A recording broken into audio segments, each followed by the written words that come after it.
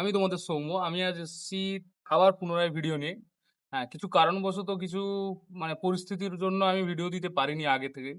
এখন স্বাভাবিক নরমাল যেমন ভিডিও আসে তেমন আসবে। একটা থাম্বনেল দেওয়া ছিল যে ফ্যাকাল্টি অফ ইউবিকেবি উত্তরবঙ্গ কৃষি বিশ্ববিদ্যালয়।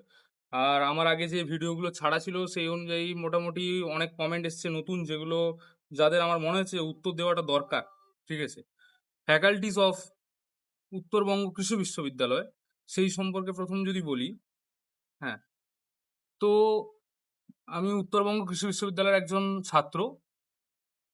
উত্তরবঙ্গ কৃষি বিশ্ববিদ্যালয়, যেটাকে আমরা শর্টে বলি ইউবিকেভি, ইউবিকেভিতে তিনটে ফ্যাকাল্টি আছে। তিনটে ফ্যাকাল্টির মধ্যে এগ্রিকালচার ফ্যাকাল্টি, একটা হর্টিকালচার ফ্যাকাল্টি, একটা টেকনোলজি ফ্যাকাল্টি।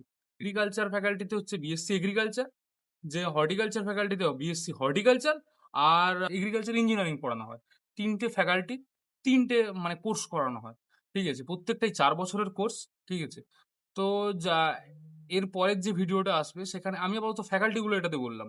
সেকেন্ড থার্ড যে ভিডিও, এর পরের যে ভিডিওটা আসবে, ভিডিওটাতে আমি বলে দেবো যে এইবারের র্যাঙ্ক কত যেতে পারে মিনিমাম, বা যদি কারোর র্যাঙ্ক আউট অফ থাকে, যে হয়তো দেখা গেল, আমি ধরলাম হয়তো দেখা গেল যে 15,000 র্যাঙ্ক ক্লোজ এখানে, তারপরেও কি করে সে ইউবিকেবিতে চান্স পেতে পারে ডাব্লিউবিজের তরফ থেকে, ওয়েস্ট বেঙ্গল জয়েন্ট দিয়ে যদি কেউ পেতে চায়, তাহলে সেটা সে কিভাবে পেতে পারে, সে স্টেপটাও বলে দেওয়া হবে।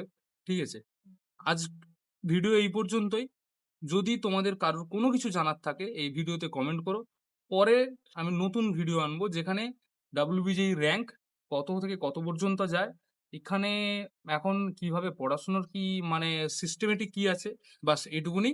পরের ভিডিও র্যাঙ্ক নিয়ে